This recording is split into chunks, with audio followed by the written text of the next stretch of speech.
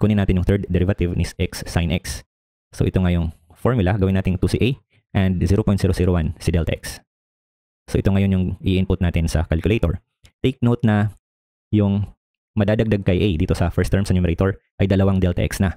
Kaya 2 plus 0.002 dyan.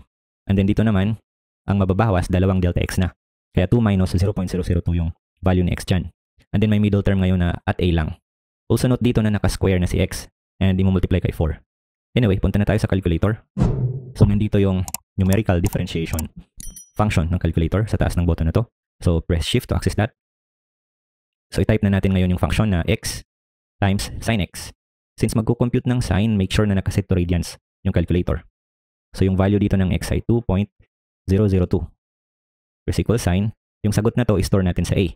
So press shift to yung store button and then piliin yung variable na a. So napunta na sa a yung sagot. Next, i-input naman natin yung middle term dyan. Actually, hindi na kailangang i-re-input.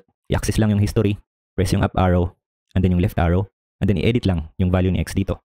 So 2 lang. Press equal sign. Yung sagot na yan, i-store ngayon natin dito sa b. So press shift, store dito kay b. Makikita sa display na napunta na kay b yung sagot. Next, yung third term naman sa numerator. So i-edit lang ulit yung nakasulat na dito. This time, mababawasan yan ng 0.002. Press equal sign, i-store natin ito sa c. So press shift, store dito kay c. Ngayon, combine na natin si a, b, and c. The way na ini-indicate ng numerator. So that's a. Press alpha muna. To access a and then twice of b. So 2 times b. And then plus c. And then i-divide yan ng 4 times the square of delta x, which is 0.001. So press equal sign, yung sagot is negative 1.896. Ang susunod ngayon na gagawin ay i-evaluate din yung mga choices at the number na napili, yung 2. So i-substitute yung 2 dito. Yung a, magiging ganyan. Ito naman si b, ito si c, ito si d. So makikita na yung nag-match ay si a. So si a talaga yung sagot. All we have to do now is confirm sa calculator na ganito nga yung mga values na makukuha. So i-input natin yung function. So minus 3 sin x minus x cosine x. Press calculate.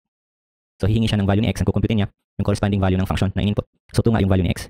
Press equal sign. Ito nga yung result, negative 1.896. So ito yung sagot kasi yung nag-match dito. What about b naman? So i-edit lang natin anong meron na dito. 2 na yung coefficient ni sin and plus na dito. Positive na yung second term.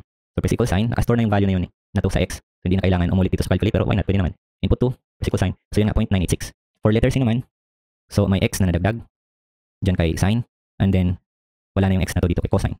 Press equal sign, ang sagot is negative 0.40 nga, kagaya ng nakasulat. Finally, yung letter d, 2x yung coefficient ni sin and assist na yung second term. So press equal sign and yung sagot nga is kung ano yung nakasulat.